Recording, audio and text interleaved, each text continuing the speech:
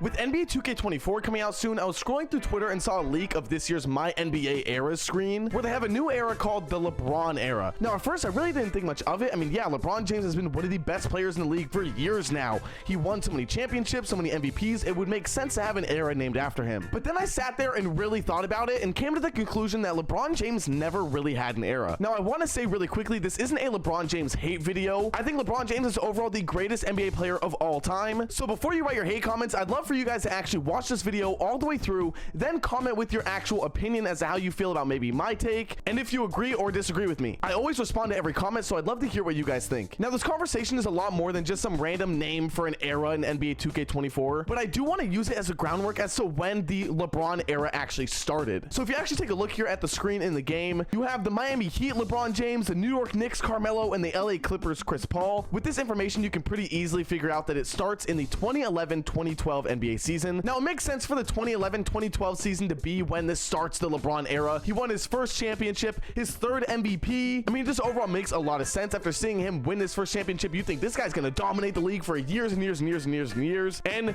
he did. In the 2012-2013 season, he went on to win another NBA championship, making him a back-to-back NBA champion, another MVP, making him a back-to-back MVP, totaling up to 4 MVPs, which is crazy, and also back-to-back finals MVP. I mean, just going from this point on, yeah, it makes sense for it to be called the LeBron era. That's until you hit the 2013-2014 season, but I'm not going to sit here and act like LeBron James averaging 27 points, 6 assists, and 6 rebounds is a bad thing, or like that's like a failure of a season, because he did end up making it to the NBA Finals, in which they lost to the San Antonio Spurs. 2014-2015 was another so-called failed season for LeBron James when it came to winning real hardware, making it again to an NBA Finals, which is impressive. I don't want to act like these finals appearances are like bad. I mean, Jimmy Butler made it to the finals twice, and now he's considered like a top 10 player in the league. So he did make it to the NBA Finals, but they did end up losing, obviously, to the Golden State Warriors. And this is where we start another conversation that we'll get into a little bit deeper later on, could it be considered the Stephen Curry era? Once again, we'll get into that a little bit later, but this is the first year Curry wins his championship. He wins an MVP.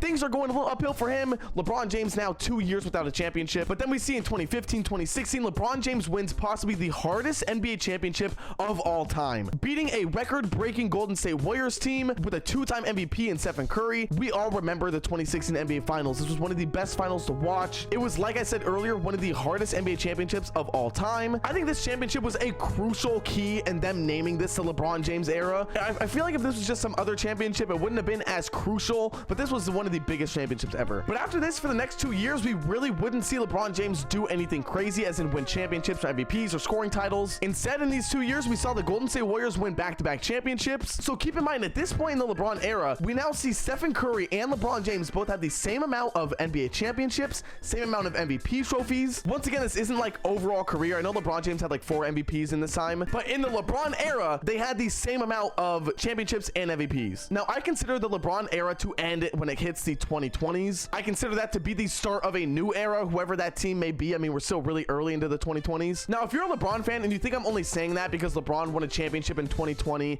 and I don't want to give him credit for that, to you, I say that Stephen Curry won a championship a couple years later. So if we want to play the game where we're just not going to have a modern era, we're just going to live in the LeBron era forever, they still have the same amount of championships. So with Curry and LeBron both having the same amount of accolades during this time, it wouldn't necessarily mean that LeBron James dominated this era, and it wouldn't also mean that Stephen Curry dominated this era. So the big question is, what should this era be called? And to me, the answer is so clear. Like, it's just right there in front of you.